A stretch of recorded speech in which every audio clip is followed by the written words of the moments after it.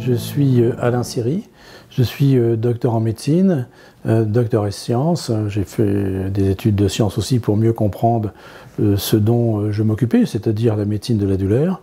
Je suis chef de service à l'hôpital Lariboisière à Paris. Je me souviens qu'il y a plus de 30 ans, on avait une demi-journée de consultation au 3e sous-sol. Et maintenant, nous avons 22 journées de consultation avec 10 médecins plein temps qui sont répartis entre Saint-Louis, Robert-Debré pour l'enfant et Lariboisière. J'ai eu la chance de créer le premier diplôme universitaire en France sur la douleur. Je me suis occupé aussi de l'humanitaire avec Xavier Emmanuelli et grâce à lui, j'ai pu réaliser un certain nombre donc, de choses.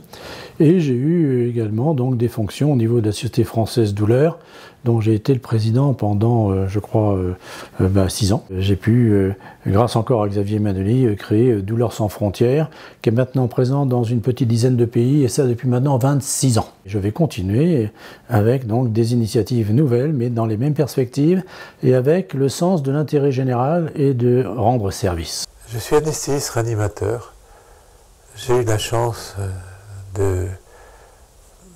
à cette époque, l'époque bénie de l'urgence, c'est la décennie de l'urgence, c'était 1965-1975, où tout s'est passé, où cette culture de l'urgence est arrivée. SOS Médecins, le Médecins sans frontières, l'UNDRO, United Nations Disaster Relief Office, à l'Europe, une commission particulière sur l'humanitaire, Europe Assistance, etc. C'est la décennie de l'urgence. Et c'est là où j'ai pu travailler. On a fondé Médecins sans frontières. Et puis, après, ça s'est poursuivi dans le domaine de l'urgence, dans le social, le psychologique et, bien entendu, le médical. J'ai eu la chance de connaître des valeureux personnages. Je dis valeureux parce que c'est des hommes du commun, mais qui ont été au cœur du problème. Ils lisaient, ils avaient cette culture livresque, mais ils allaient aussi traîner leur guette sur le terrain. J'ose dire qu'avec mes valeureux camarades de Médecins sans frontières, on était dans des situations, des fois, difficiles. C'est là où j'ai connu mon ami Alain Siry, qui a été sur le terrain. Il raconte qu'il est professeur, tout ça, c'est vrai. Mais il a été aussi, il a traîné ses guêtres, même sous les bombes. Et c'est ça la toute petite différence. La douleur, il avait sur les pieds de mine, aussi chez les grands exclus, le rapport au corps, le rapport psychologique. C'est pour ça que c'est un homme. Bon, il est membre de 2 académies, entre autres. Il est reconnu, l'Académie de médecine, l'Académie de chirurgie et tant d'autres que je ne connais pas. Et donc, c'est un personnage qui a marqué cette époque. Qu'est-ce que c'est ce signal qui peut te ravager, littéralement, et te détruire par la douleur? Qu'est-ce qu'il veut dire? La douleur, un mal aux dents, par exemple, c'est une douleur atroce, mais qui ne met pas ta vie en danger. Qu'est-ce que ça veut dire? Douleur de clinique néphrétique, que je connais bien, tu te tords de douleur par terre, comme un ver, en hurlant. Tu baiserais les mains de celui qui vient avec sa seringue te délivrer, mais elle n'est pas mortelle. Par contre, tu as des douleurs sournoises, toutes petites, et qui finissent, qui est un signal de mort. Et voilà pourquoi aujourd'hui, on se rencontre avec ce médecin. C'est un médecin à la fois du terrain et à la fois sur des mystères de l'âme, des mystères du cerveau, des mystères des comportements à la fois. Et donc ça demande de culture, bienveillance et engagement. On parle de la douleur et Xavier a bien raison de décrire qu'il n'y a pas une douleur mais des douleurs. Et il y a, de façon un peu schématique, on distingue la douleur aiguë et la douleur chronique. Pour être un peu caricatural, la douleur aiguë, c'est la douleur signal d'alarme. Et la douleur chronique, c'est la douleur maladie. Il n'y en a plus de rôle de signal d'alarme. On peut se poser la question à savoir, est-ce qu'un monde sans douleur serait un monde idéal, finalement? On aurait tendance, si on ne réfléchit pas trop, à dire « bah oui, ça serait fantastique ». Mais non, pas du tout. Et là, il y a un exemple, c'est l'insensibilité congénitale à la douleur. Ça s'appelle l'agénésie, c'est un syndrome, l'agénésie congénitale à la douleur. En fait, ce sont des enfants, il y a une quinzaine de cas décrits dans le monde, c'est pas très nombreux, peut-être 17 maintenant. Il y en avait un à Robert Debré il y a quelque temps. Et ce sont des enfants qui ressentent peu ou pas de douleur. Alors il y a beaucoup d'explications fondamentales pour savoir pourquoi. Mais en fait, ce qui compte, c'est quoi? C'est la vie de ces enfants. Ces enfants ne dépassent pas le stade de l'adolescence, ils meurent avant. Alors pourquoi? Parce que la douleur fait partie de la vie. Ça fait partie de la vie. Un enfant, quand il fait le tour d'une table et qu'il se cogne au coin de la table, ben il va pleurer, sa mère va frotter. D'ailleurs, c'est intéressant de savoir pourquoi on frotte comme ça de façon réflexe. Et puis, la prochaine fois, il va faire le tour, parce qu'il sait qu'il a mal et il va éviter. Ça fait partie de la vie, hein, même les enfants de petite enfance. Et ben, ces enfants-là, ils n'ont pas ça, et il y a différents degrés, soit ils ressentent peu, soit pas du tout. Donc il y a différentes nuances dans le non-ressenti de la douleur. Et en fait, il y a un pédiatre canadien, sa fille avait ce syndrome d'agénésie congénitale. Il a écrit un livre qui s'appelle le Challenge of Pain, le défi de la douleur. Il décrit dans ce livre sa fille qui fait du ski, au Canada on fait du ski, elle tombe, elle se fracture la cheville, elle ne ressent aucune douleur, elle réchausse ses skis, et c'est l'instabilité qui lui fait dire il s'est passé quelque chose.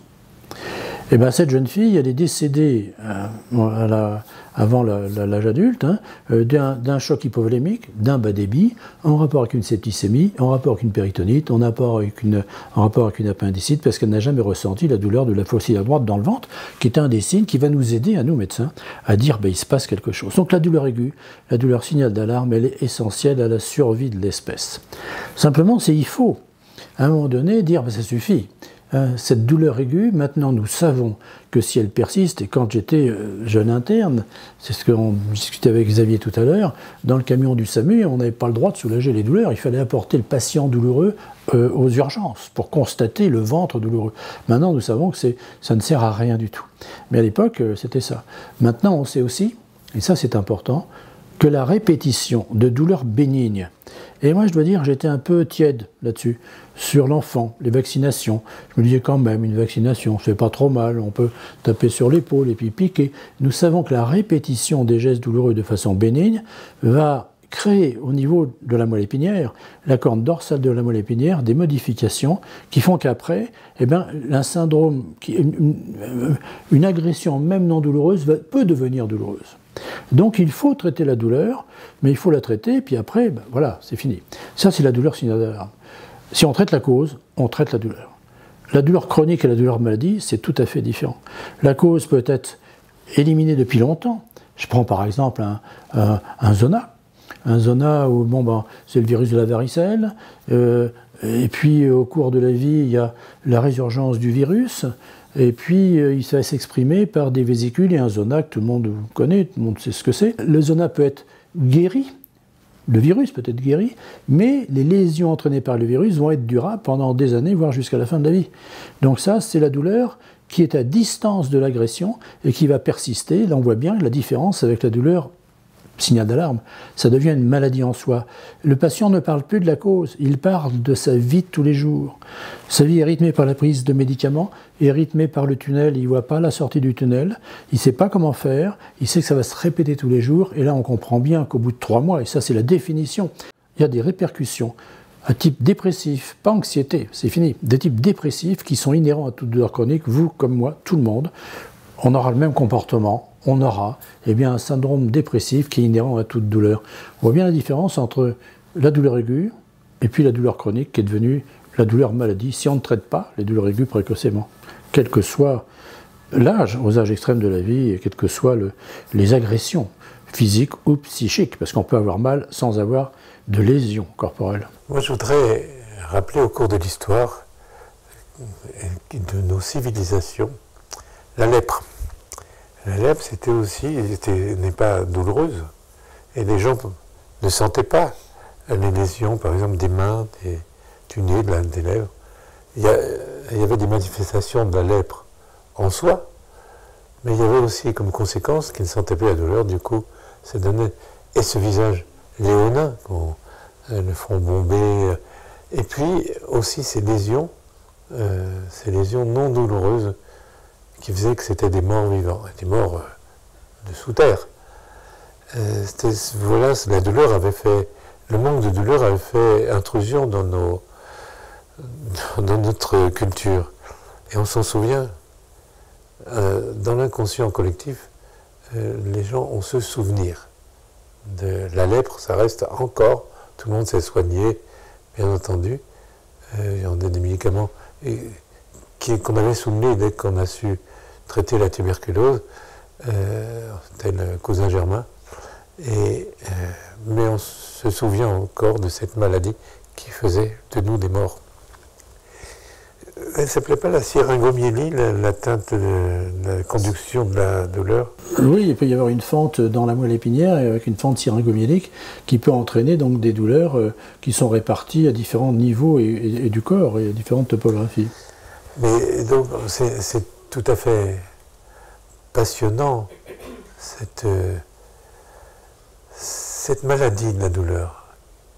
Et cette maladie de la douleur peut aussi donner un comportement étrange que toi et moi nous avons vécu lorsque je travaillais à Nanterre.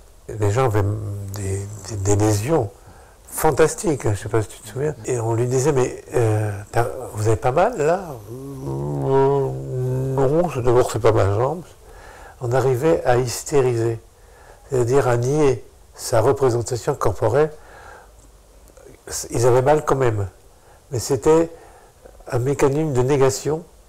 Cette douleur, oui, ils ne la comprenaient pas. Et d'ailleurs, les psychiatres, quand on présentait ces gens, disaient oui, ils ont l'habitude de la douleur, donc voilà, le seuil de la douleur est augmenté. Ça, je parle sous le contrôle du spécialiste. Je ne suis pas sûr qu'il y ait des seuils qu'on ignore ou pas. On ne peut pas s'habituer à la conduction de la douleur. Non, simplement, leur corps était nié. Je suis entièrement en phase. La douleur c'est quelque chose d'extrêmement élaboré. Ça demande une intégration supraspinale, c'est-à-dire au niveau du cortex cérébral, d'un tas d'informations et de renseignements. Je vais prendre un exemple un peu peut-être trop réducteur, mais l'éducation, la religion, la vie sociétale, ce que nous avons vécu, rend-on compte pour faire qu'on va l'exprimer de façon différente. On va l'avoir de la même intensité parce que notre architecture neuronale et notre système nerveux est fait de la même chose, qu'on soit khmer, ou qu'on soit finlandais, ou qu'on soit portugais. Par contre, l'expression de la douleur sera extrêmement différente.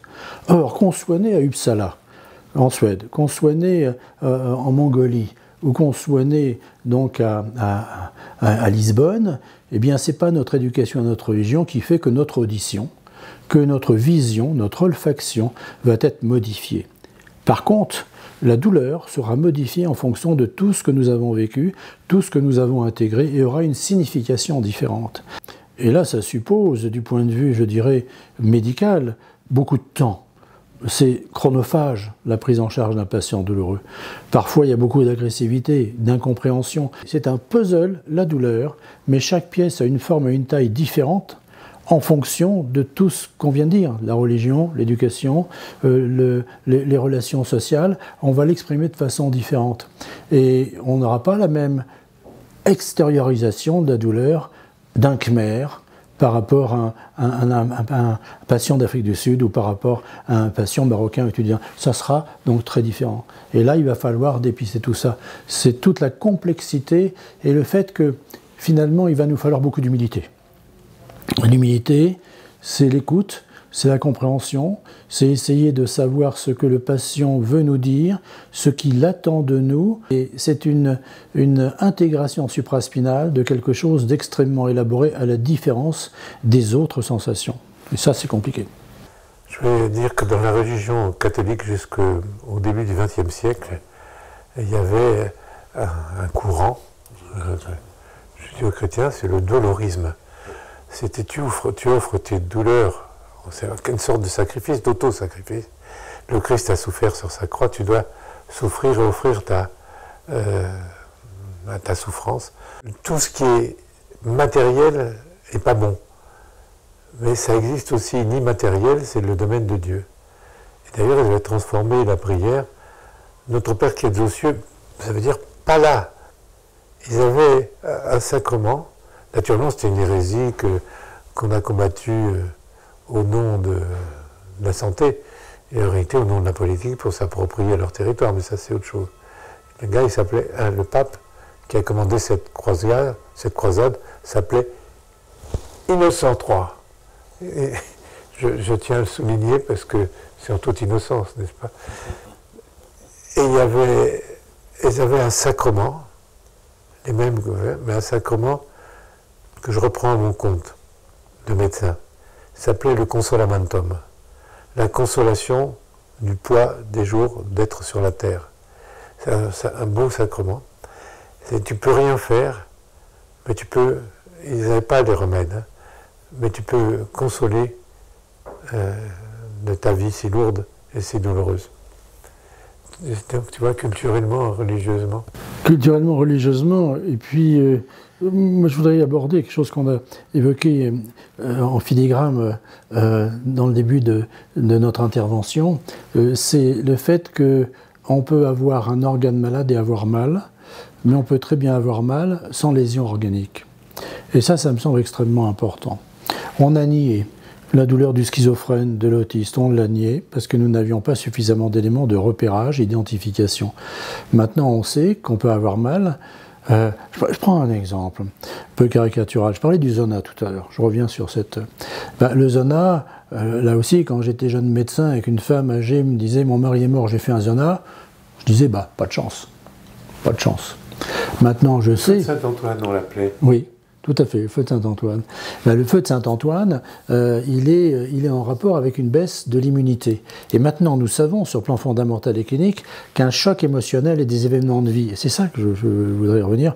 Comme les gens qui sont à la rue, c'est autre chose. Les gens qui sont les plus vulnérables, c'est autre chose aussi, parce que la notion de vulnérabilité est quelque chose que tu connais bien mieux que moi, mais bien entendu, mais qui est une notion assez donc bien définie. Mais on sait que des événements de vie vont faire baisser l'immunité. Et ça, c'est important. On n'est pas assez conscient de ça. On peut se demander pourquoi on a un cancer à un moment donné, alors qu'on a eu un choc émotionnel violent, hein, qui a bouleversé la vie de ce patient, et tout d'un coup, l'expression s'est faite par le développement de cellules tumorales anormales. Le baisse de l'immunité, le virus du zona a ressurgi, et cette femme âgée a fait un zona parce que son mari est décédé. Maintenant, nous le savons. Nous savons que ces événements de vie, ces chocs émotionnels font partie. Il n'y a pas d'un côté le psychisme et de l'autre côté les organes. On est un ensemble. Et ça, je crois que ça passe pas encore très bien dans les études médicales et les études paramédicales. Et je pense qu'il faut arriver à concevoir un paradigme différent qui permette donc d'aller au-devant de tous ces aspects-là, et c'est le retour des sciences humaines dans nos facultés de médecine. Je pense qu'on fait de bons médecins non pas en faisant des probabilités ou des protocoles arithmétiques et mathématiques, c'est possible, pourquoi pas, mais on fait tout ça parce qu'on sait écouter, parce qu'on sait prendre en compte les choses, et parce qu'on sait regarder et on sait entendre. Et ça, c'est des notions qui me semblent fondamentales pour la prise en charge. Les patients le sentent, hein. Ils ne sont pas fous.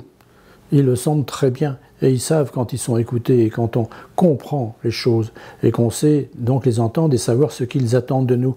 Il faut décoder ce qu'ils attendent. C'est pas facile de décoder. Je me souviens d'un patient qui avait une avulsion plexique, c'est-à-dire que la limitation de vitesse, le contrôle de l'alcoolémie et le port du casque. 3 notions fondamentales qui ont transformé la neurochirurgie d'urgence. Avant, on avait des hématomes dans le cerveau. Maintenant, on a des avulsions plexiques, c'est-à-dire un arrachement du plexus brachial. Donc, on a un bras qui est paralysé, hein, on ne peut pas bouger. Et puis, paralysie motrice, paralysie sensitive, je pique, je brûle, je sens rien. Mais je peux avoir mal dans les membres qui est paralysé. Et ça, c'est quelque chose donc d'assez... alors, je disais décodé. Je me souviens d'un patient qui était venu à la consultation et qui m'a dit, voilà, moi, c'est mon problème douleur. Je vais travailler chez moi, je suis informaticien, je pourrais reprendre une activité professionnelle et faire en sorte d'avoir une vie sociale. Je peux m'engager pour faire en sorte que, je n'ai pas de baguette magique, mais mieux comprendre ce que vous avez, c'est peut-être pas tellement difficile, c'est relativement simple ça, malheureusement. Mais vous améliorez. Et donc, 3 mois après, je le revois, et il n'était pas content du tout de ma prise en charge. Et ce qu'il m'a dit, Et j'ai oublié de lui dire, la première fois que je l'ai vu, vous savez que votre bras, je ne peux rien faire pour qu'il rebouge, pour remobiliser. Il est paralysé, on ne peut pas faire grand-chose. Il me dit, oui, je suis passé en rééducation, j'ai fait 3 centres, je sais bien. Mais mon problème, c'est la douleur. 3 mois après, je n'avais pas compris ce qu'il attendait de moi. 3 mois après, il revient et je lui dis, et la douleur? Oh, la douleur, ça va, mais mon bras, il bouge toujours pas. Hein. Je n'ai pas bien décodé, je ne l'ai pas écouté suffisamment pour comprendre et puis clarifier les choses pour faire un protocole de soins qui soit pas forcément à l'ère de la procréation médicale assistée ou de la navigation intracérébrale, quelque chose d'extrêmement élaboré, mais fixer des objectifs qui soient crédibles, pas forcément ambitieux, mais qui soient crédibles. C'est des objectifs qui sont d'aller chercher le pain tous les jours, le journal tous les jours, le pain de temps en temps, sortir dans la rue, ne plus rester cloîtré chez soi, s'habiller. Il y a des patients qui ne veulent plus s'habiller. Je parlais du zone tout à l'heure. J'ai des patients qui ne s'habillaient plus et qui ne prenaient pas de douche pendant 3 mois.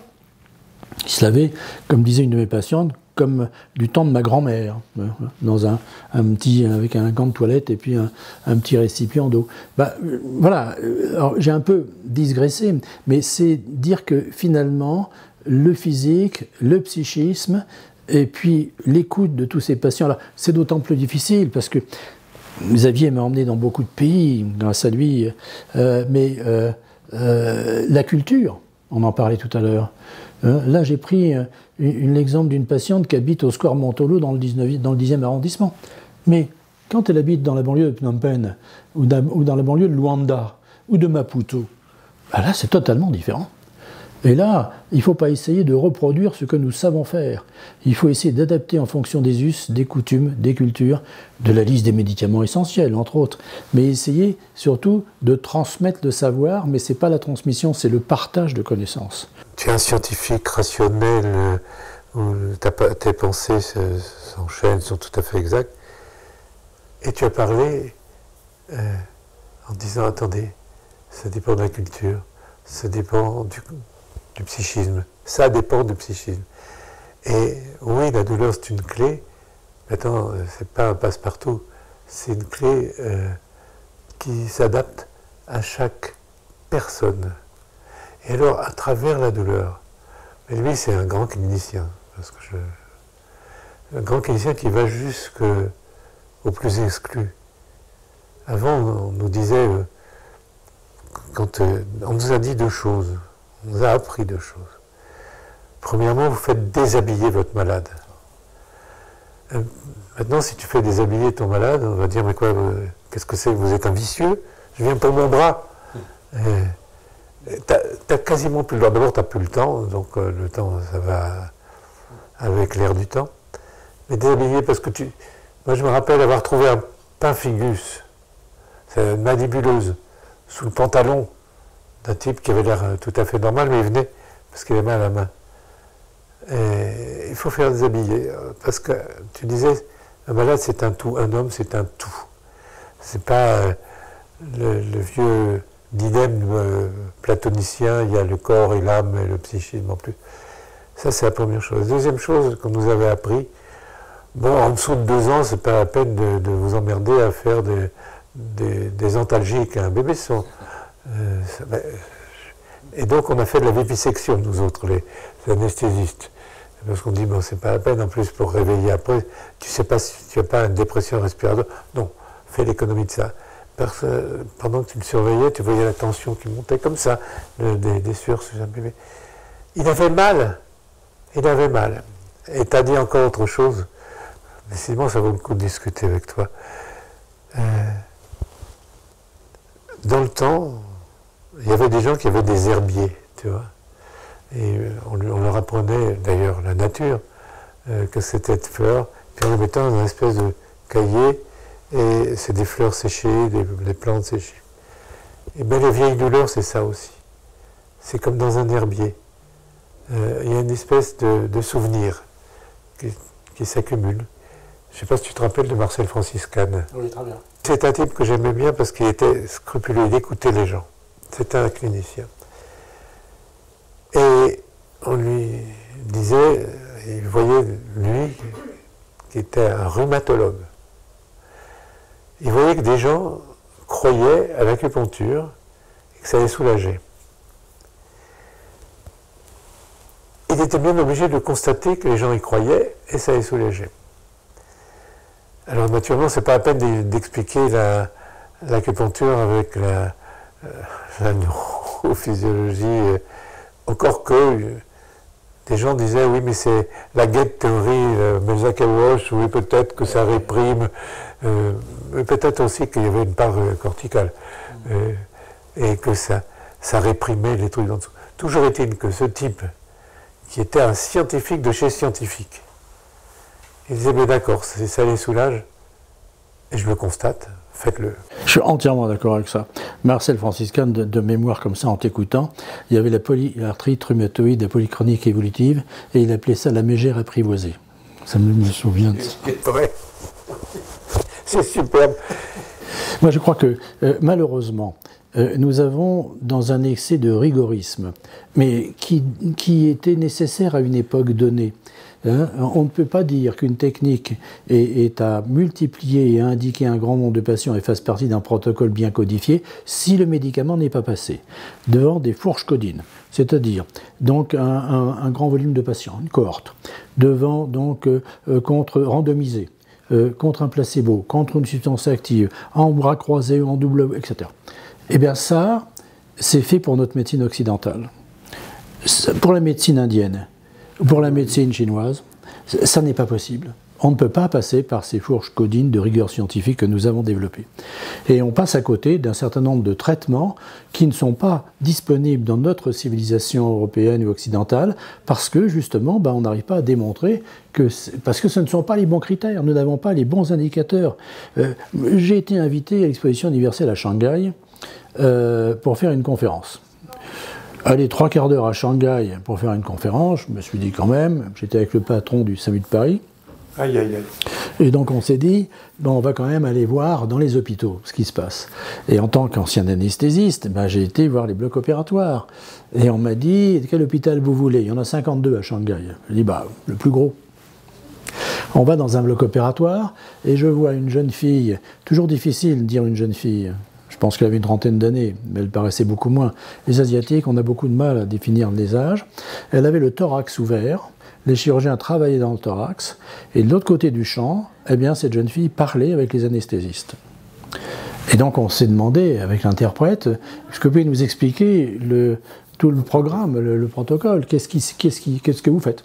Et ils nous disent, voilà, il y a une prémédication extrêmement soutenue, ensuite le chirurgien fait une anesthésie plan par plan, ensuite elle est sous hypnose, elle est sous acupuncture, et on lui fait un mélange protoxyde d'azote, oxygène, mais c'est une ventilation spontanée, elle n'est pas intubée, c'est pas une machine qui la fait respirer. Et ça quand même, ça m'a beaucoup surpris. Et là, je me suis dit, mais il se passe quelque chose, on est passé à côté de quelque chose quand même, tout de même. Et maintenant, dans l'hôpital où nous sommes aujourd'hui, au bloc opératoire au 3e sous-sol, on fait de la neurochirurgie éveillée sous hypnose. Sous hypnose. Parce qu'on ne veut pas enlever une partie du cerveau, enlever que la tumeur et pas une zone saine. Comment le savoir? C'est le patient qui va nous le dire.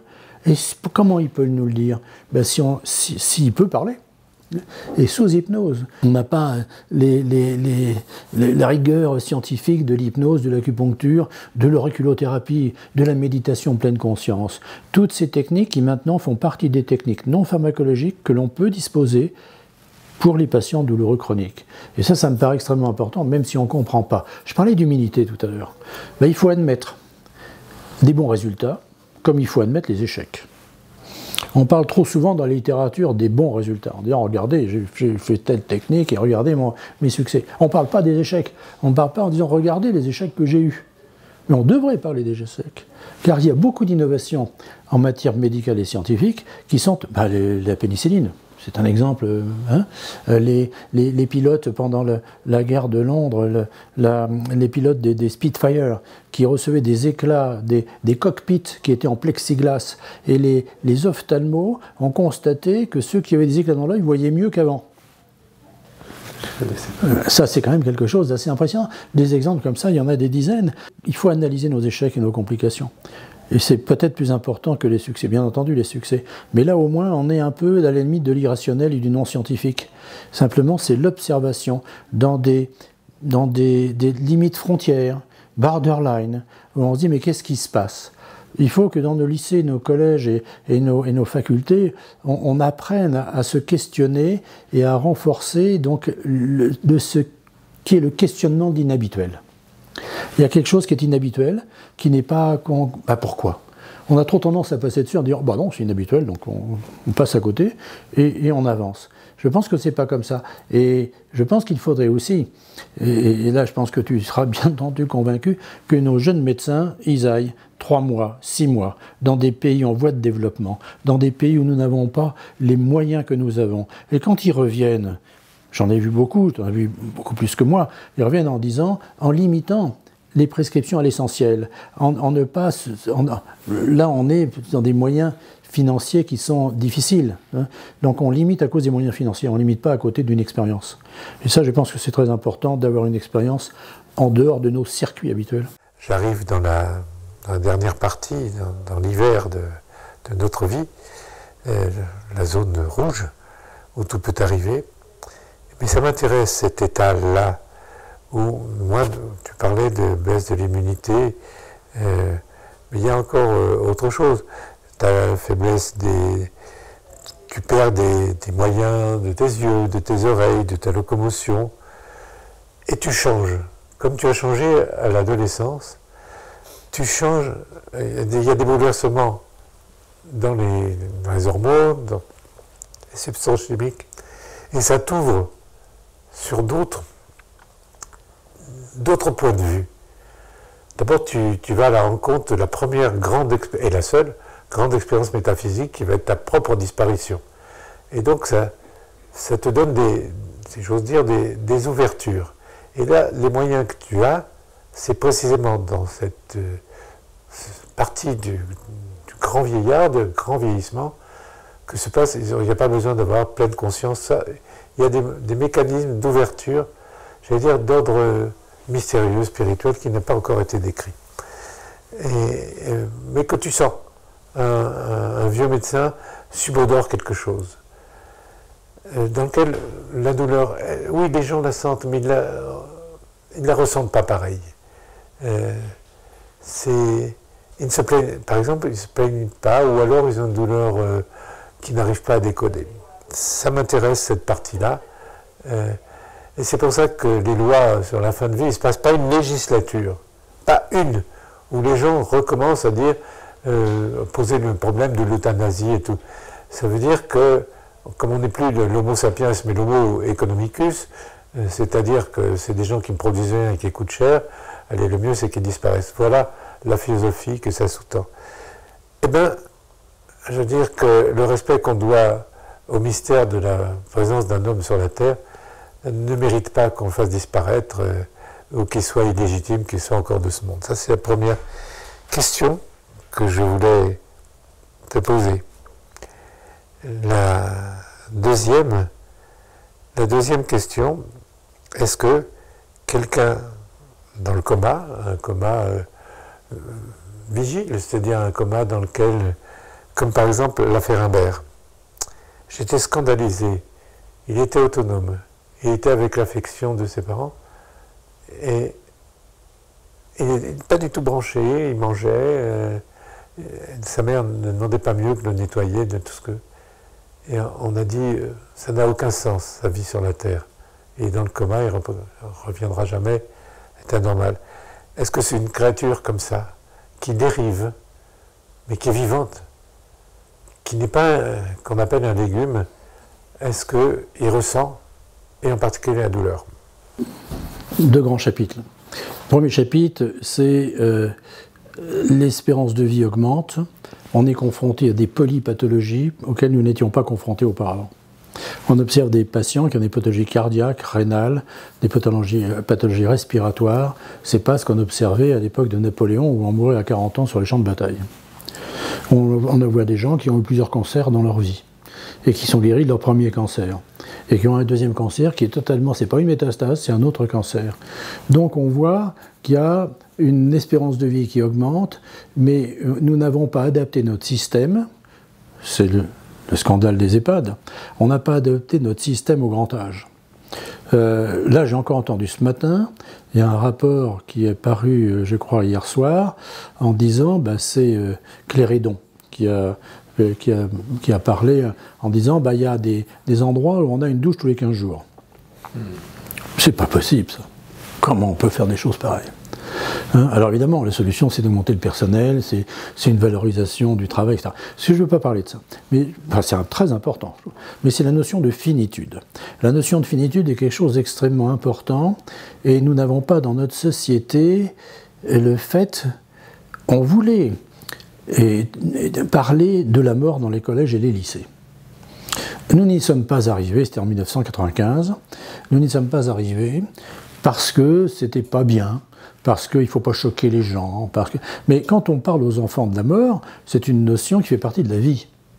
Ce n'est pas une option médicale que l'on peut repousser. Elle est inscrite dans la vie de chaque femme, de chaque homme de notre planète, et ça serait, si on peut la repousser, on aurait vivant Jules César et Napoléon Bonaparte. Donc ça, je tombe dans la caricature un peu vulgarisation. Mais la notion de finitude est une notion qu'il faut apprécier, qu'il faut décrire, elle n'est pas taboue. Elle a des consonances religieuses, des consonances rituelles, des consonances humanitaires, des consonances culturelles. Je suis très surpris par l'Asie du Sud-Est, que j'aime beaucoup. Et tu m'as emmené au Cambodge, c'est la première fois où j'y suis allé, c'était avec toi. Il y a très longtemps, c'était longtemps après l'Arménie, où on était après le tremblement de terre.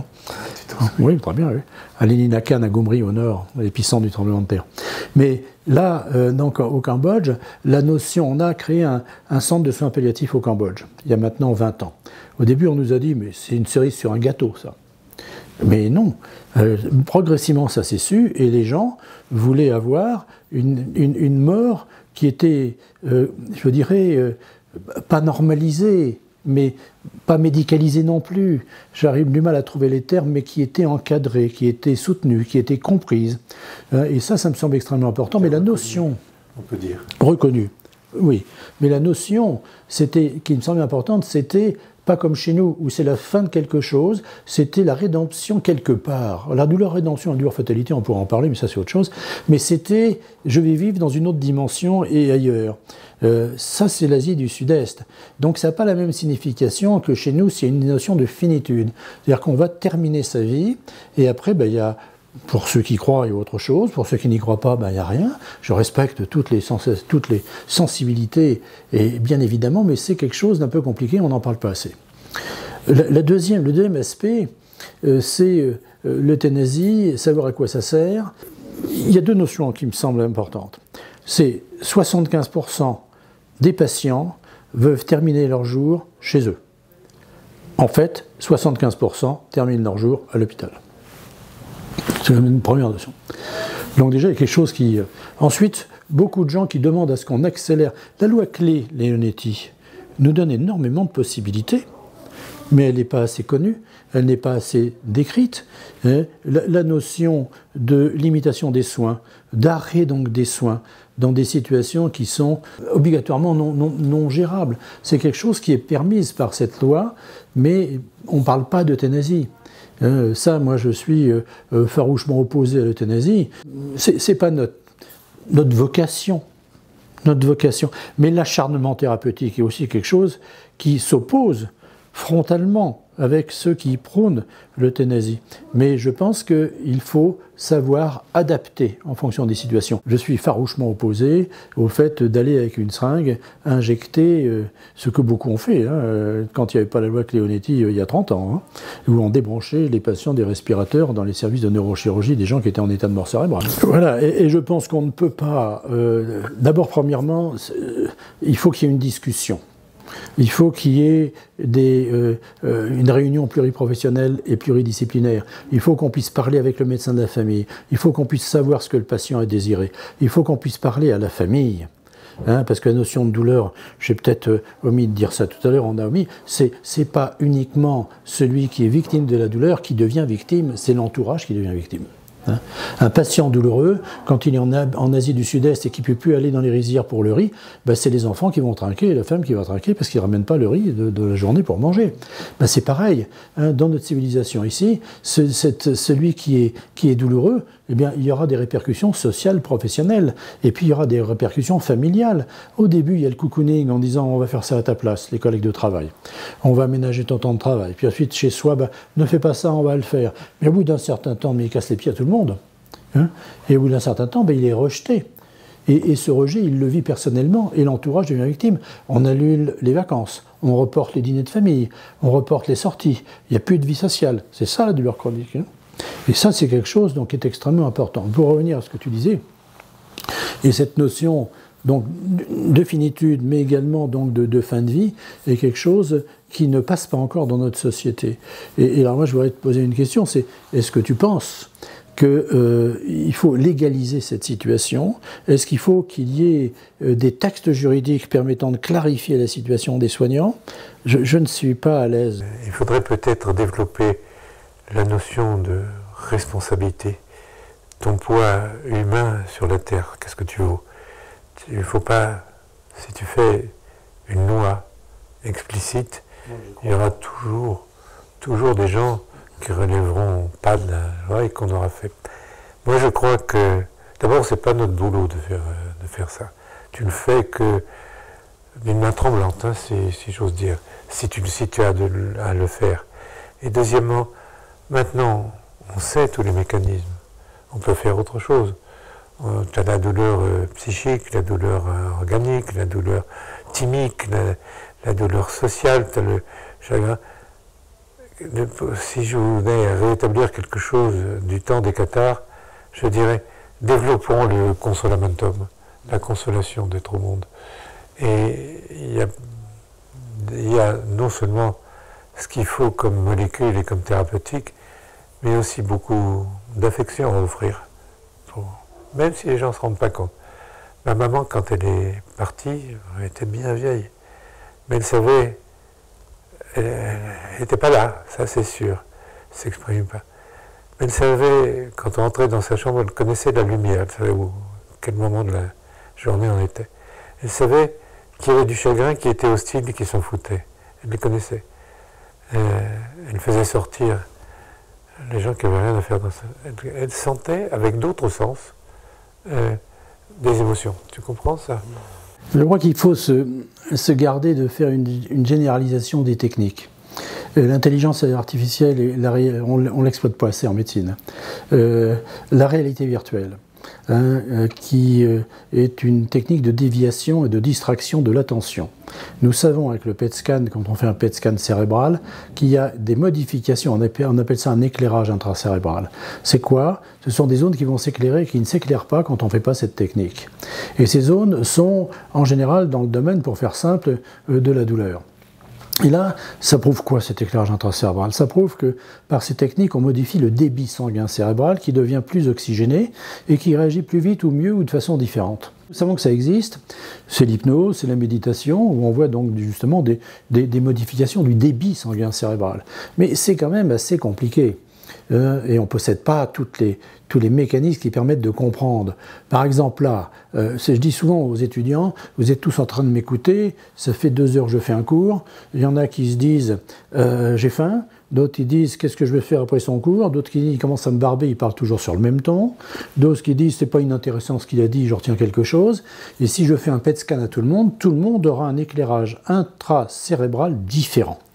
Maintenant la porte claque de l'amphithéâtre ou de la salle de cours. Tout le monde aura la même zone qui vient de s'éclairer dans le cerveau. Alors qu'est-ce que ça veut dire? Ça veut dire que finalement, la signification elle est extrêmement différente. Qu'il y ait un éclairage, ça prouve qu'il se passe quelque chose. Nous avons un cerveau, à la différence du cœur, du rein et du foie et du poumon, le cerveau est en modification perpétuelle d'éclairage intracérébral et de modification de la vascularisation. C'est pas le foie, le rein ou le cœur. C'est pas en fonction de la réalité virtuelle que je vais avoir un débit sanguin dans mon foie, dans une région du foie qui va changer, qui va se modifier. Pas du tout. Il n'y a que le cerveau qui permet donc ça. Donc ça, c'est quelque chose d'extrêmement important. Pour revenir à votre interrogation, on ne l'utilise pas assez.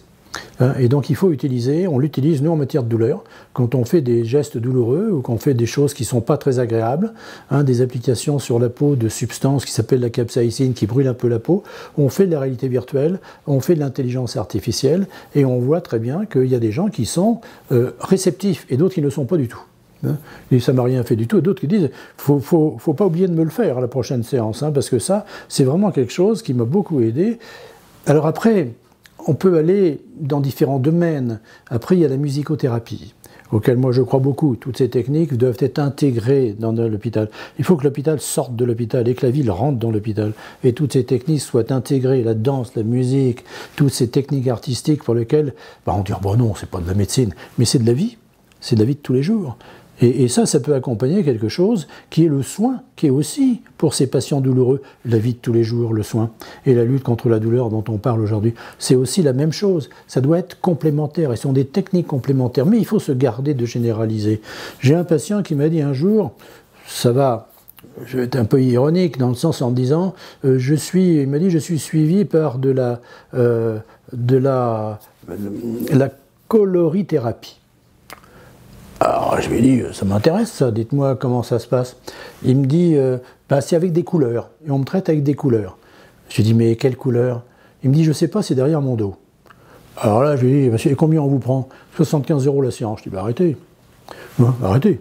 Donc là, on tombe dans des choses qui sont irrationnelles, mais l'irrationnel, en matière de douleur, les gens qui ont extrêmement mal, ils sont prêts à croire et à aller voir les marabouts, à aller voir les guérisseurs, J'ai rien contre si c'est un effet placebo, pourquoi pas.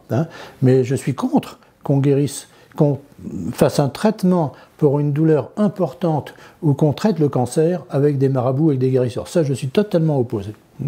Mais par contre, effectivement, si c'est un placebo, c'est mieux que de prendre un médicament. Quand j'ai dit aux gens prendre un médicament, ce n'est pas normal.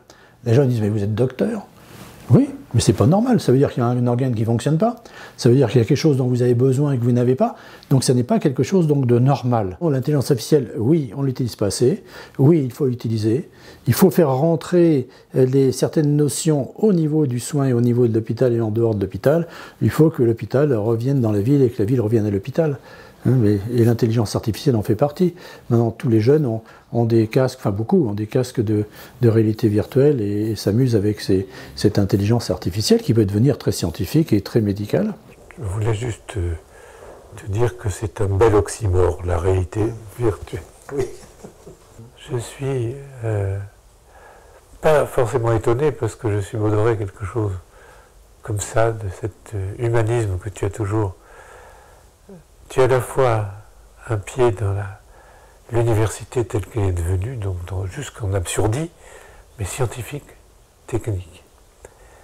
Et puis à la fois, quand tu dis la musicothérapie, non, tu penses la musique, la lumière.